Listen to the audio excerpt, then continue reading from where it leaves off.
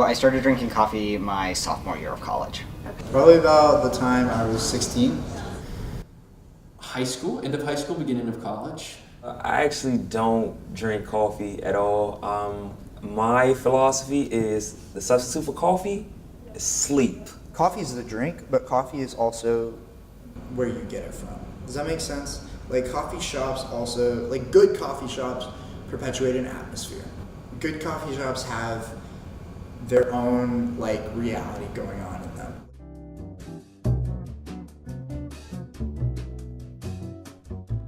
There are sort of different coffee cultures on campus. So students who were drinking Starbucks during high school, because Starbucks is a national coffee company, they tend to stay at Starbucks, and there's sort of a friendly rivalry between the Dab and the Bridge. People have their loyalties. They think that one coffee is better than the other here on campus. So that's what I've noticed more of, people being sort of like campus brand loyal to their coffee shops. And every day all I see is sorority girls with tall frappuccinos and iced coffee and venti lattes or whatever, and it's just like study, coffee, study, coffee, study, coffee.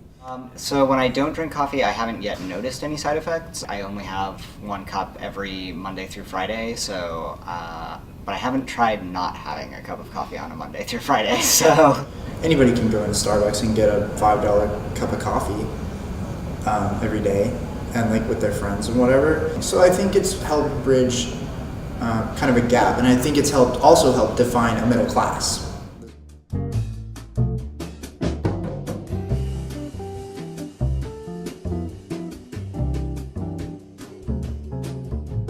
So I think when I first started drinking coffee in high school and college, it was more like a ritual. I would get together with friends and have coffee, and we would do it at all hours. The social part of it is like, oh, you going to coffee run? Oh, get me some. So people that don't necessarily interact often interact through that experience of grabbing coffee. I have seen that it's actually much more popular than I thought it was when I was a student here at AU. Even when I was in classes here, that they would bring iced coffees to afternoon classes, and I assume they probably lived a much more coffee-centric life outside of class as well.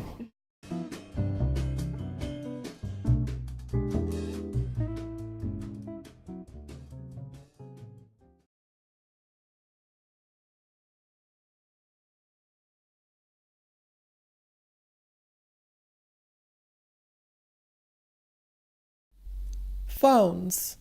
They've become so ingrained in society that we can't go a day without them. We can't enjoy simple things anymore without our phones. I use my phone pretty regularly. I'm one of those people who always has it in their pocket. Much too often. More than I'd like. I've become dependent on it. Even though we've become more connected through our phones, can we find the line between necessity and addiction? How have people's attachments to their phones changed over the years? Well, now I'm old enough to remember you had to pay for your minutes by the minute, so people were very fast on their phones. Oh, it's so attached it becomes watches. My interactions with people have changed after phones have been introduced to society, is that I notice it a lot more frequently. I can pick up when people are maybe not ignoring me, but are maybe more focused on what's at their phone. It makes interactions almost awkward when you don't know exactly what to do or what to talk about or what to say. So it just made me a lot more aware of how tense social interactions can become as a result. I think the overall impact, my own opinion, would be that people are now, I think, a little bit more focused in their own little worlds. It's just challenging because it also depends on the type of person you are. Like if you're more introverted and you don't feel comfortable like going out and meeting people, I feel like it's a nice resource to have, but I also think a lot of people can kind of fall back on technology and kind of rely on it completely. It's made our lives easier in our ability to purchase things. It has sped things up, I guess. Sorry about that. Do I think bonding with technology is stopping potential connections with individuals? I absolutely do. I think people don't pick up the phone to talk. They would rather text. You get to see people's personalities a little differently. Sometimes they're now just through words on the phone. They're not so much in pictures. Other times, even now, they're in pictures on the phones. People are doing things a little less personal through technology. Of course, the phone in and of itself is less personal. You cannot text an emotion unless you're sending an emoji. Technology is changing humanity. I think Henry Kissinger said that the human being is going to change according to the technology that's coming now. Smarter the gadgets become, dumber people come too. It is possible to find a balance between like real life interaction and like interaction over the phone. Can we find a balance in connecting in real life and connecting in our phones?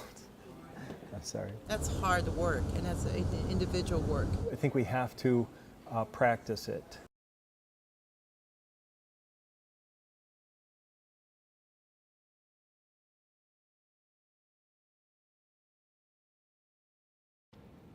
I can't imagine being without music. I just can't imagine life without it. It doesn't make sense. I have to have music on in the car. I have to have music on when I'm at home.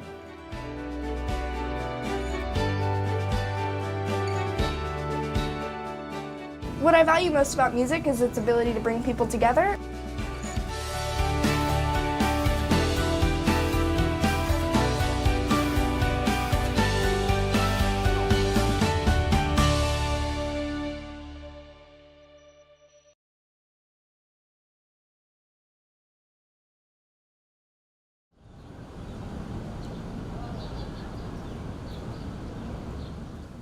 The favorite part of my job here is interacting with people.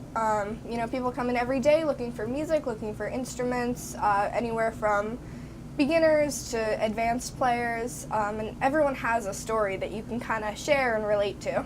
Wherever you go, you know, everyone has a favorite artist, favorite genre of music, favorite instrument.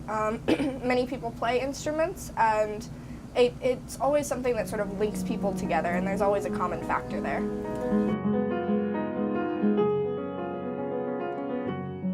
Walking down the street and you hear a car stereo, or you hear somebody playing music as part of a promotional event down the street, and maybe it doesn't register, but it registers, you know, somewhere within your brain, you hear it.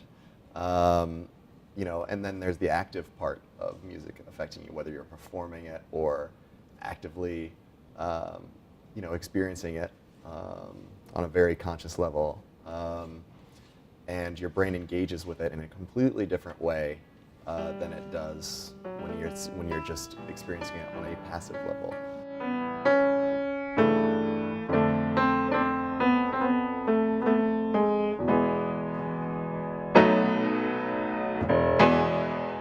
Music did not increase IQ, but did increase people's performance on spatial tasks just a little bit, for a very temporary amount of time.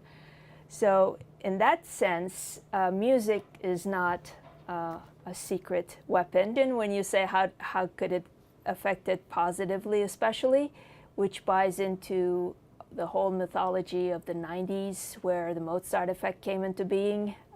Every mother or mother-to-be was buying Mozart tapes to make their kids smarter, which is totally bunk. It does make the brain develop differently. So kids who start music lessons early, not just exposure to music, but actually lessons and learning about music, they develop different parts of the brain differently.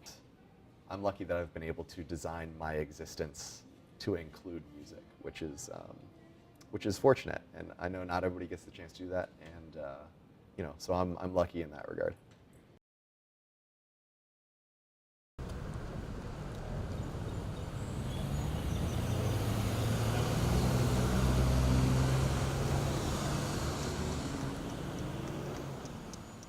Many people think like DC is like just concrete jungles, old like, you know, government buildings, but American University in itself, its campus is an arboretum, so you see many different species of trees, plants, bushes, flowers.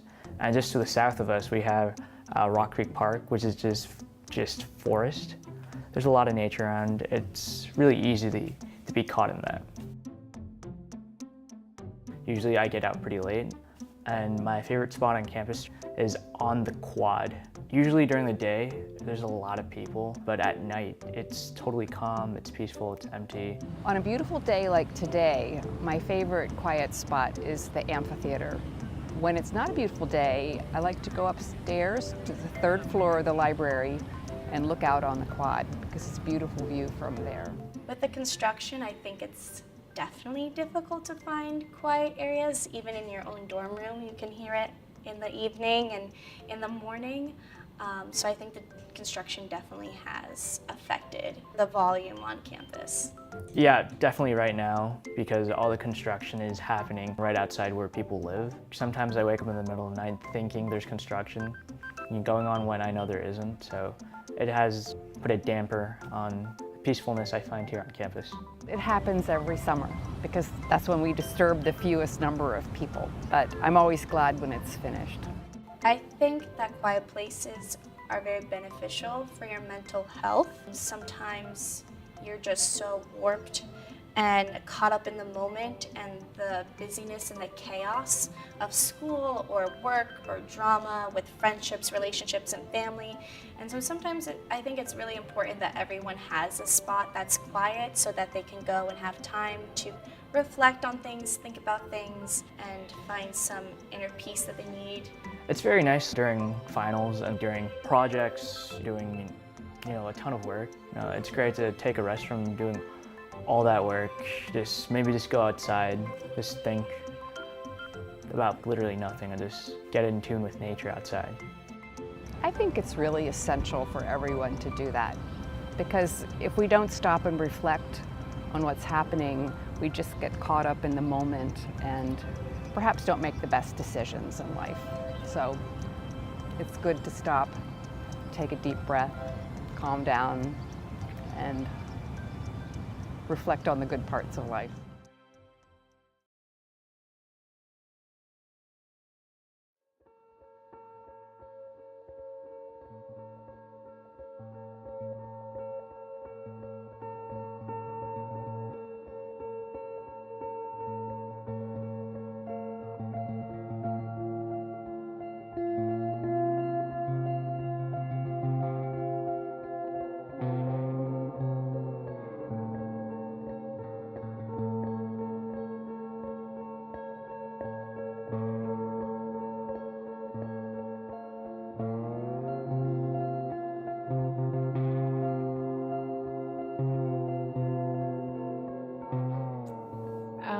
Who am I as a person? I am a daughter, I'm a godmother, I'm a sister, an artist. A dreamer, very passionate about helping others and hearing their stories. I'm an educator. I'm a healer, I'm a fun-loving person, and I'm just pretty caring in general. A spiritual being having a human experience. Increasingly more private. I love to dance, I love to cook, and I love spending time with friends and family. Okay, so probably the most interesting story is that I was actually born blind. I actually couldn't see for the first 6 months of my life. I left Washington for a while, came back to Washington about 28 years ago, thinking I would stay for maybe a couple years, and then one thing led to another, and I've been here ever since, and probably will be for the remainder of my life. My experience with theater and dance and music growing up has really made me who I am. My father always wanted me to make sure that I never gave up. I dropped out of high school. So that defined me for a number of years. And life is just too fun to get upset about things, and I always feel like that's the way to look at it.